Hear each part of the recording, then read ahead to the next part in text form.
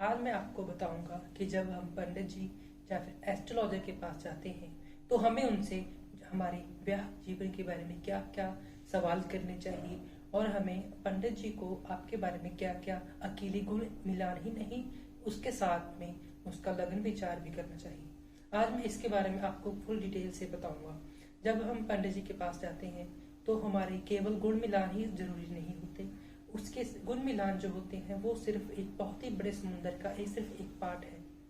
जब हम किसी का गुण मिलान करते हैं तो उनका यह भी देखना चाहिए इन दोनों की आपस में कंपैटिबिलिटी से इनका आगे संतान का क्या योग होगा, क्या यह दोनों मंगलिक है या नहीं है, क्या यह इन दोनों की लगन आपस में मित्र है, क्या यह चंद्र लगन या फिर चंद्र लगन इनके सेम है या अलग अलग है, और जो इनके चंद्र लगन है वो आपस में मित्र ग्रह है या नहीं है।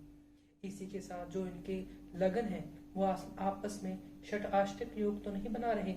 इनके सभी का विचार करने के अलावा इनका एक पार्ट है कि इनके गुण क्या है। अगर हमारे गुण आप लगा लें आपके मिलते कम मिलते हैं और हमें वो लड़का पसंद भी है, अगर उन दोनों की कंपैटिबिलिटी दूसरे तरफ अगर ज्यादा अच्छी आ रही है तो हम उनसे शादी कर भी सकते हैं और हमारे वह शादी निभेगी भी जरूर। इसी के साथ अगर हम अकेले गुण मिलान के ऊपर ही भरोसा कर लें तो उनकी आपस में लाइफ बिताने के चांस इतने अच्छे भी नहीं रहते। इन सभी का अगर हम एक साथ विचार करके चलेंगे तो ही हमारी आगे मैरिज लाइफ सुखी जीवन में तब्दील रहेगी।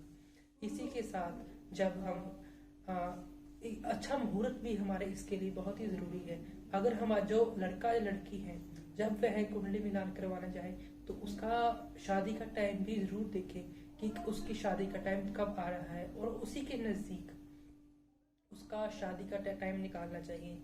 जाने की अगर उसका कोई माड़ी ग्रह की दशा चल रही है या फिर बुरा जो टाइम चल रहा है तो उसके बीच कोई भी जल्दबाजी में फैसला नहीं लेना चाहिए, क्योंकि बुरे टाइम में लिया हुआ फैसला अक्सर गलत जाता है और हमारा गलत आदमी या फिर लेडी से आपका सामना होता है जिससे आपको काफी प्रॉब्लम्स आती हैं। इसी के साथ अगर आप इसके बारे में कोई और जानकारी चाहते हैं तो आप हमसे सीधा कांटेक्ट कर सकते हैं। हमारा ऑफिस मानसा में है और हमारा कांटेक्ट नंबर है 9872724401।